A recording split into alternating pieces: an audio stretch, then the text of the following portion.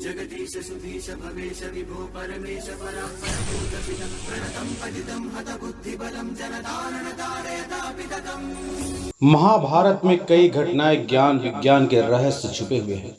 महाभारत का हर पात्र जीवंत है, चाहे वह कौरव, पांडव, अर्जुन, कृष्ण, दुर्योधन या शकुनी हो। यह दृष्ट दुर्ग, शिखंडी, गुरु द्रोण, भीष्म या कृपाचार्य हो। महाभारत सिर्फ योद्धाओं तक ही सीमित नहीं है। महाभारत से जुड़े श्राप, वचन और आशीर्वाद में भी रहस्य छुपे हुए हैं। दरअसल महाभारत की कहानी युद्ध के बाद समाप्त नहीं होती, बल्कि युद्ध के बाद शुरू होती है। माना जाता है कि वर्तमान युग महाभारत की देन है। महाभारत ग्रंथ को हिंदू धर्म का 5वां वेद माना जाता है। तो दोस्तों, इस महाभारत काल के कुछ अनसुने 9 रहस्यों के बारे में बात करेंगे। मित्रों, वीडियो को पूरा जरूर देखें, तभी आपको पूरा समझ में आएगा। एक कहावत है, आधी अधूरी जानकारी विष के समान होती है। तो जय श्री कृष्ण मित्रों, आपका स्वागत है त्रिनेत्र दर्शना यूट्यूब चैनल में। दोस्तों, वीडियो में आगे बढ़ने से पहले वीडियो को लाइक और सब्सक्राइब कर लें, जिससे हर वीडियो का नोटिफिकेशन आपको सबसे पहले मिल सके। तो मित्रों, चलिए शुरू करते हैं आज की रहस्यमयी वीडियो को। नंबर 1, गांधारी के 99 पुत्र थे तो कौरव 100 कैसे कहलाए। आप जानते हैं कि कौरव 100 भाई थे, लेकिन गांधारी और धृतराष्ट्र ने केवल 99 पुत्रों को जन्म दिया था और एक पुत्री को। और कौरवों की वो एक लौती बहन का नाम दुशाला था, जबकि कौरवों का एक भाई यूसुफ एक दासी का पुत्र था। इस प्रकार 99 कौरव एक दासी के पुत्र को मिलाकर 100 कौरव बन गए। दूसरा, क्या सच में महाभारत ग्रंथ के लेखक वेद व्यास जी हैं? आखिर महाभारत की किताब किसने लिखी थी? मुझे पता है आपका जवाब होगा महर्षि वेद व्यास जी ने, लेकिन मैं आपको बता दूं, यह एक अधूरा सच है। अब आप पूछेंगे क्यों? तो मैं आपको बता दूं कि महर्षि वेद व्यास ने महाभारत को सिर्फ बोला था, जबकि महाभारत ग्रंथ का लेखन प्रथम पूज्य श्री गणेश जी ने किया था। तीसरा, द्रोणाचार्य का जन्म। ये तो हम सभी जानते हैं कि द्रोणाचार्य कौरव और पांडव दोनों के गुरु थे। गुरु द्रोण महर्षि भरद्वाज के पुत्र थे। महर्षि भरद्वाज एक विज्ञान, चिकित्सक और बहुत बड़े ज्ञानी थे। एक समय की बात है कि महर्षि भरद्वाज अपने दिनचर्या के अनुसार गंगा नदी में स्नान करने के लिए जा रहे थे। उसी समय धृताची नामक अप्सरा पारदर्शी वस्त्र पहने हुए गंगा नदी में स्नान कर रही थी। इतनी सुंदर और कामनी अप्सरा को देखकर महर्षि भरद्वाज उत्तेजित हो गए और उनका वीरपात हो गया। उस समय वीर को न की जीवन के बीज के रूप में माना जाता था। उस समय पुरुष के बीच एक तेजस्वी वीर पुरुष को जन्म देने के लिए सामर्थ्य था। यह देखकर महर्षि उस बीज को एक द्रोण में रख दिया, अर्थात एक पत्ते के दोने में रखा।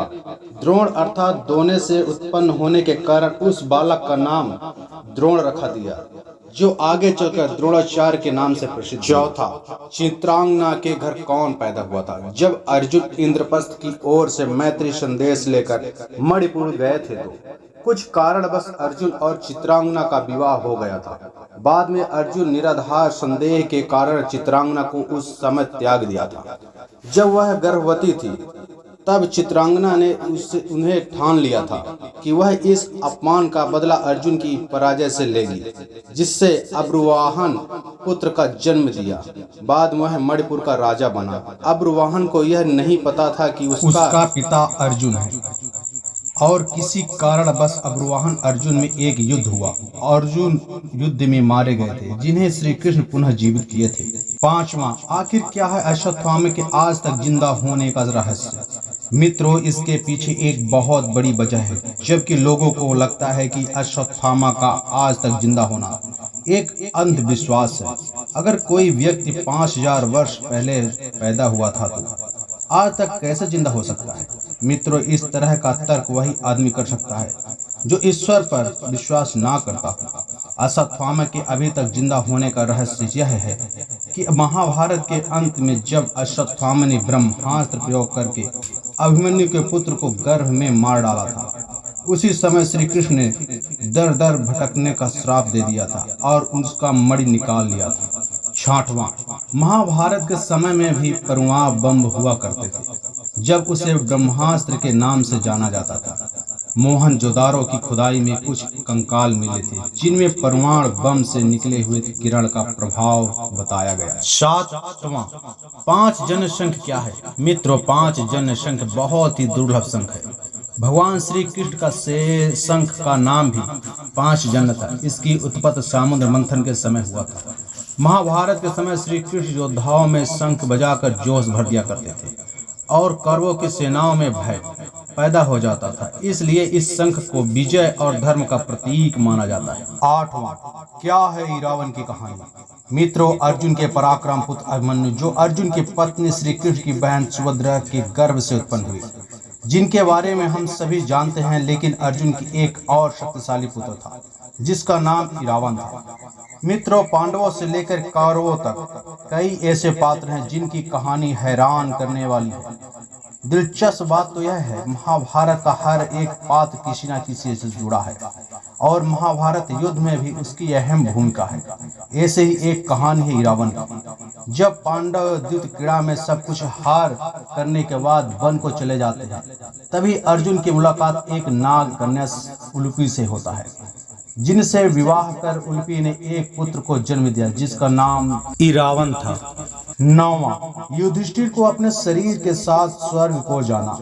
मित्रों, 5 तत्वों से बने इस शरीर को मृत्यु के बाद हर इंसान को छोड़ना पड़ता है, लेकिन हम सभी जानते हैं इसका एकमात्र अपवाद धर्मराज युधिष्ठिर थे। भले ही युधिष्ठिर धर्म के प्रतीक थे और वे अपना पूरा जीवन धर्म पथ पर ही बिताया था, इसीलिए उन्होंने 5 तत्व से बनी इस शरीर के साथ जीवित ही स्वर्ग पहुंच गए थे। मित्रों, यह वीडियो जानकारी आपको कैसे लगी कमेंट में जरूर बताना। धन्यवाद मित्रों।